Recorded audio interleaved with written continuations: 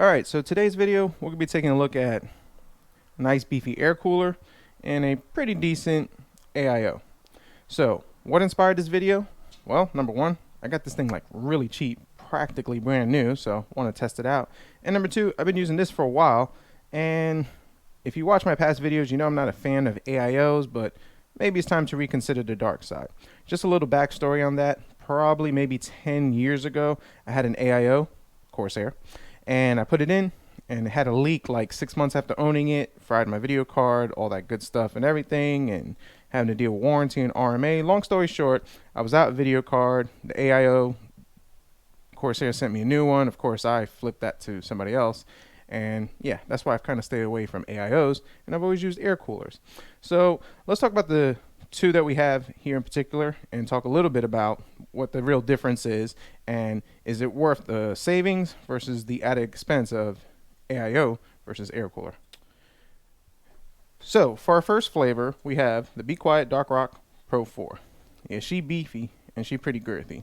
So let's talk about these air coolers real quick. So in a nutshell, air coolers and liquid coolers, they pretty much operate on the same similar principle, and they do pretty much the same thing. They absorb heat from the CPU and redistribute it away from the hardware.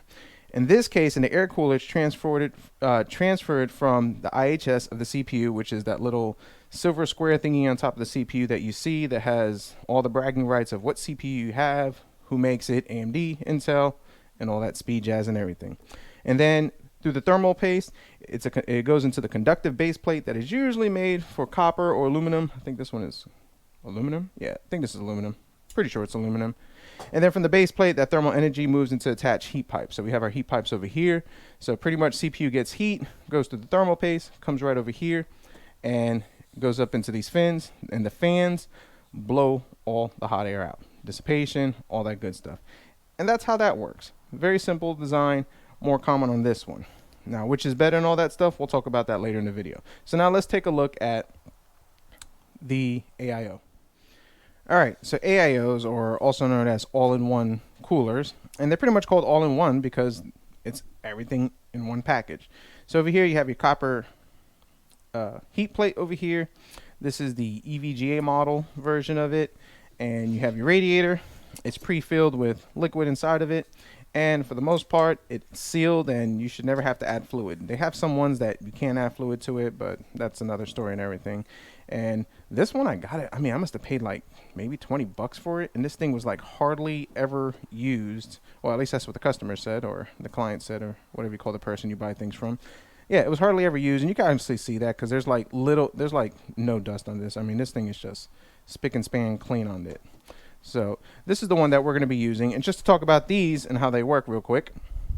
So I mean, similar to the air cooler, it starts with the base plate, the IHS, the whole shiny silver thing on top of the CPU that brags on who it's own, Intel, AMD, who took your money. And this goes to the thermal paste, or in our case, we're going to do a thermal pad. We'll talk about that in just a second. And allows for better heat transfer between the two surfaces. The metal surface of the base plate is part of the water block, which is the water block, and is designed to be filled with coolant, which we've talked about that. The coolant absorbs the heat from the base plate as it moves through the water block. It continues to move through the system. It moves upward into the two tubes of the radiator. So these are the tubes that it has, goes into the radiator. And then as the water goes in through the radiator, just like how a car works, hot water goes in one way. The fluid is cooled through the fans of the radiator and then comes around and it just kind of circles and it completes the loops. And then it just re-enters, and it's a never-ending cycle on that one. So that's pretty much how these works. So let's talk about our test bench that we're going to put it on and the test that we're going to be doing.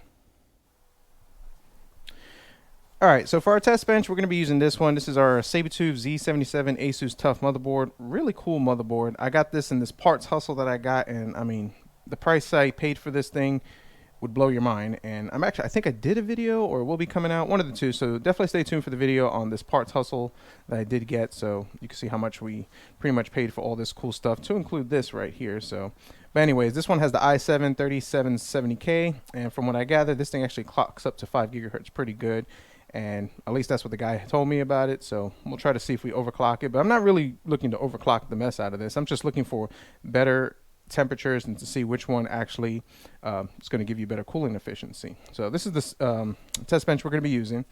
Now, When I'm doing these type of tests or when I'm testing CPUs, I don't like using thermal paste, primarily consistency reasons. I like to use a thermal pad. I got this thermal pad from Thermal Grizzly. I've used this like a bunch of times, and this thing works phenomenal. And it's more consistent, so we can't say that I over applied it, under applied it, or did it wrong which way. And everybody has a million ways to do it. Some are right, some are wrong. All are right, all are wrong. I don't know, but just pop this on the center, change these out. And number one, you save money because you don't have to spend all that money on thermal paste. And number two, at least you could rule out that variable of whether the thermal paste was applied properly or not. So this is what we're going to do. We're going to pop these on. We're going to start with our air cooler, pop this on over here. We're just going to put a cheap graphics card that I have lying around over here. We're going to run AIDA 64 because I find that really does a good stress test on the CPU. And we'll see what the temperature is, how it sustains with the air cooler, then the water cooler, and then we'll come back and we'll talk about our results. All right, so the test has been running for 20 minutes, and first I got to say that my area, if you don't like the weather, wait the next day, it's going to change. If you don't like it again, wait the next day, and it's going to change again, so it keeps changing. So yesterday it was nice and comfortable in the garage, and now today it is really cold and not enjoying this. So it's kind of skewing my test a little bit, but it shouldn't be too bad. So I've been running AIDA 64, which is a really good stress test on the CPU, and I've actually used that to kind of help assess cooling and other issues with CPUs and stuff like that. And after running for 23 minutes, I'm at 43 degrees Celsius, 109 degrees Fahrenheit, and in my garage it's about that temperature. So yeah, at least the temperature is consistent, so that's where we're at with it. Now what we're going to do is we're going to go ahead and we're going to switch to the water cooler, the AIO, do the same test, the same thing, let it run for a little bit, and we'll see if we have much of an improvement. Like I said, this is the i7-3770K, and it's running at stock settings, stock fan curve. So that's what we're doing, just running everything stock out of the box, and we're also using our thermal pad instead of paste. So let's switch to the air cooler, and let's see what kind of results we got. Excuse me. Let's switch to the water cooler, and let's see what kind of results we get. EVGA 280 installed, very simple, and we'll do a separate video on that. So our stress test has been running for about 20 minutes, just as before, and our temperature, 37 degrees Celsius, 98 degrees Fahrenheit. So compared to the air cooler, which was 43 degrees Celsius, we have do the math in my head, carry the 2, divided by 1, the Pythagorean theorem, x equals negative b plus or minus square root. We have a 6-degree improvement compared to the air cooler. Now that air cooler is pretty beefy in Mongasso, in my opinion, and this is actually a pretty decent AIO 280. The next step would be the 360, but considering that we got a 6-degree improvement, that's actually pretty decent. Our tests are all exactly the same. Everything is stock and out of the box. These fans are at stock settings, just as our Be Quiet one was stock settings. We haven't done any differences in the CPU. We're just running XMP profile, i7-3770K, all that. The temperature in the garage is still the same. Nothing's changed on that. It's still pretty cold in here. And not to mention that we're still using our thermal pad instead of paste, so we have consistency on that. So overall, I hate to admit it, AIO for the win on that. So now, let's talk about the purposes and why you would use an AIO versus an air cooler. All right, so let's think about it. So what is better? Honestly, just looking at a bunch of different forums and just reading about it, if you want almost silent operation, the most efficient cooling, and don't mind a potentially higher price tag, liquid cooling does fit the build. These fans don't have to ramp up as high to kind of dissipate the heat as better. You got this huge radiator over here that's just filling with the liquids and getting cooled out, so you do have that factor in it. Now sometimes something to keep in mind, these pumps do tend to be noisy, and like I said, I'm going to do a separate review on this one. This EGVGA pump is actually pretty quiet compared to a previous brand I had used in the past, so that's one thing to keep in mind over there. Now if you're looking for something that's like more entry-level pricing, easier scintillation, but at the expense of peak performance or acoustics, air cooling is the recommendation. Not saying that I'm biased either way, but air cooling is typically easier to install unless you're using the Be Quiet coolers, which they're a little complex at times to install, to say the least.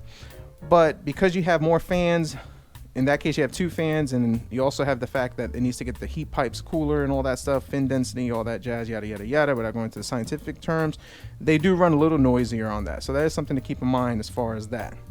Now, AIOs, they can give you a cleaner look. Now, if you look at our Be Quiet one, I'll post a picture somewhere around here. When it's in my case, I mean, it takes up the whole case. So just kind of keep in mind that aesthetic. And as far as this one, if I do get the picture, I remember. But as far as this one, when it's going to look in our case is, it looks cleaner. You're just going to have these nice clean runs right over here. This is going to be tucked away, and you get that little RGB action, which, yes, RGB cells. We all know that over there. AIOs, they can be good for cases that have limited airflow, and most of the heat is because most of the heat is actually contained within the coolant loop, and they can be exhausted out through the radiator. So if you have a small, tight fit case, that is probably more ideal to use an AIO for that. And then just air coolers, what I have found is that they can cause clearance issues. If you have a smaller case like these big Be Quiet ones, sometimes you might not have clearance on the side panel, so that's something you need to keep in mind on that. They do tend to be a lot cheaper. The Be Quiet one is about $80 to $90. This is $120 to $130, so you're looking about a $40 $50 difference depending on where you get it from.